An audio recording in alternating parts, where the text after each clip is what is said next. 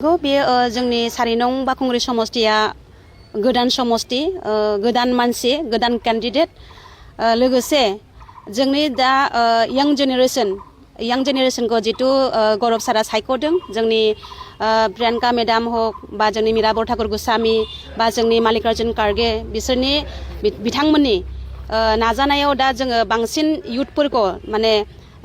गोदान जेनेरेशननिखौ माने प्रायोरिटी होदों बे हिसाबै दा आंबो टिकेटखौ मोननाय जादों थ' आङो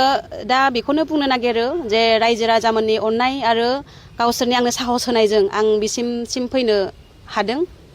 थ' बेनो आरो मा बिथिङाव खामानि मावनो गोनां दङ होननानै नोंथाङा सानो नंगौ आं जिखिनि आं भिजिट खालामदों रायजो राजासिम आं थांदों गामि हाबदों न' हाबहैदों गासै जाति जनगोष्ठीनियाव आं भिजिट खालामदों गतिके आंनि नुनाय मथे किसुमान स्कुलनि समस्या दं लामानि समस्या दं बेखौ बांसिन नुनाया आङो लामानि प्लास नोंनि किसुमान आंनो खोन्थादों मेडाम उमुक स्कुल नांगौ जोंनो स्कुल बानायना होयोबा मोजां माने थांलाय फैलाय बिराद डिस्टेन्स दं बेफोरखौ बुंदों रायजोफोरनि इस्युआ बेनो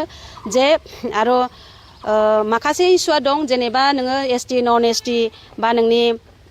माखासे जाति धर्मनि खोथाथ' दङ बेफोरखौ आङो बुंनो थांला दा मेन इस्युआ जाहैबाय जे मुल्यबृत्ति दा जोङो दाम बारिनायनि सायाव गासिबो हाहाकार जाजोब्बाय रायजो राजाफ्रा दा नोंथांमोना नुनो मोन्दों दाखालि जोंनि हाग्रामा सारा ससियेल मिडियायाव सोंनायाव मा होनदों जे सार मुल्यबृत्तिया मानो गेस सिलिन्डारा मानो इसां दाम गोसा जादों सारा मा होनदों जायफ्रा गेस सिलिन्डार बायदों बिसोरनाव सों आंहा मोनथिया ना आं फानो ना आं बायो बे रावखौ सारा बुंदों बेनो जे मानो जोंनि बिटिसि सरकारा मालाबाबो दाम खमायनायनि बिसोरना क्षमता गैया बेनो जे संख्रि सेरसेनि दामखौ बिसोरनो खमायनो हाया आरो गेस सिलिन्डार दुराय खोथा दा गेस सिलिन्डारनि खोथाया नोंथांमोना मिथिनो हायो गदै भारतआव ओरैबायदि हाहाकार जागासिनो दङ जे लाइन थानांदों बुकिं खालामबाबो मोना ओरैबायदि माने समस्या जानानै दङ दिनै जुदि नोङो बेलेग हादराव जादोंबा जोंनि भारतनि आन्दारावनो जादों जोंनि जुदि नोङो साउथ इण्डियान जादोंबा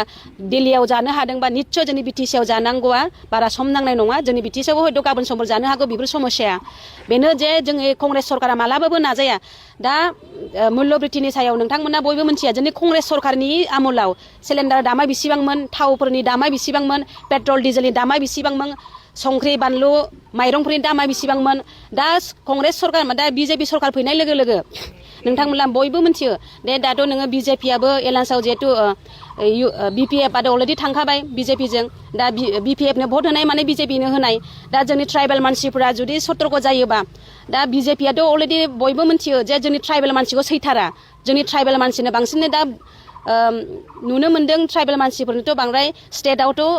केन्डिडेटखौनो होआखै थ' बे हिसाबै माखासे बिजेपिनि निति आदर्शआ बिसोरनि बांसिन जोंनि ट्राइबेलफोरनि सायाव बिसोरनिया माबा दं माने मा होनो बेखौ बिसोरनिया जे जोंनि ट्राइबेलफोरखौ नारसोनायाव बा बिसोरनि मालाबाबो गोजौआव थांनायखौ बिसोर नाजाया बेनो आरोखि थ' आं सानो जे जुदि रायजो राजाफ्रा जुदि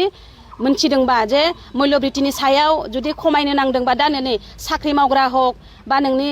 हाजिरा मावग्रा हक नों बयबो हेरेसमेन्ट मोनजोब्बाय बर' हारासनि मोनजोब्बाय दा साख्रि नोङो मासाव नोङो 30,000 मोनबाबो नोङो गथ' गथायखौ फोरोंनो ना स्कुल थांनो ना गारि थाव सोनो बुहुत हेरेसमेन्ट मोनो थ' नोङो मानो थाखाय बेफोर गासिबो मुल्यबृत्ति दाम बारायनायनि लोगोसे बिदि जादों जुदि दाम बारियाबा हयथ' नोङो 10,000जोंबो नोंथांमोना मिथियो जे आगोलाव सासे मानसि खामायनानै 10 जन मानसिखौ फिसिनो हायोमोन नाथाय दा बिजेपि सरकार फैनाय लोगो लोगो न'खराव 10 जन मानसि खामायबाबो 10 जन मानसिनि थाखायनो थोआ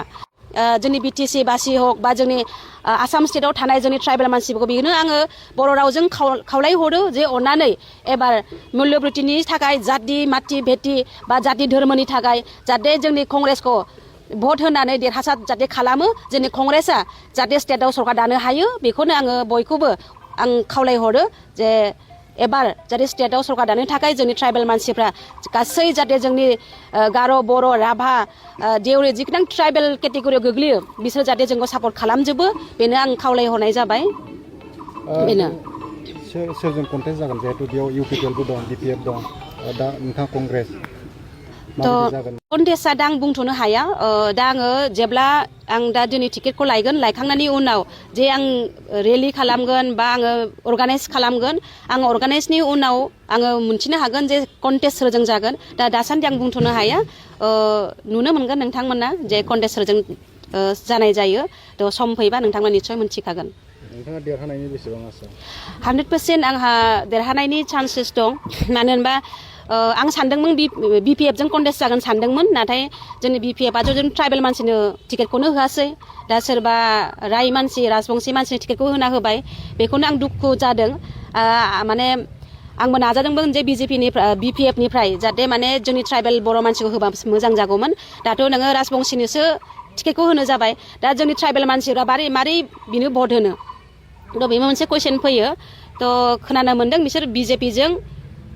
BPF जों ज' जानानै राजबंसिनि टिकेट होदों होननानै जों गाज्रि मोनाखै नाथाय जों ट्राइबेल मानसिनि टिकेट होयोबा आं मोजां मोनगौमोन आरो बेखौनो आङो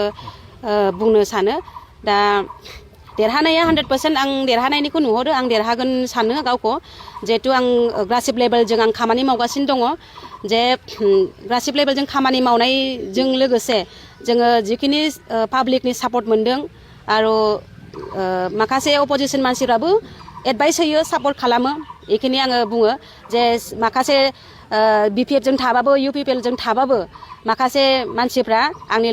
जिखिनि आंनि फेन्स फलोवार्स थायो बिसोर आङो जथेस्थ' आंनो सापर्ट खालामदों बेखिनि आरो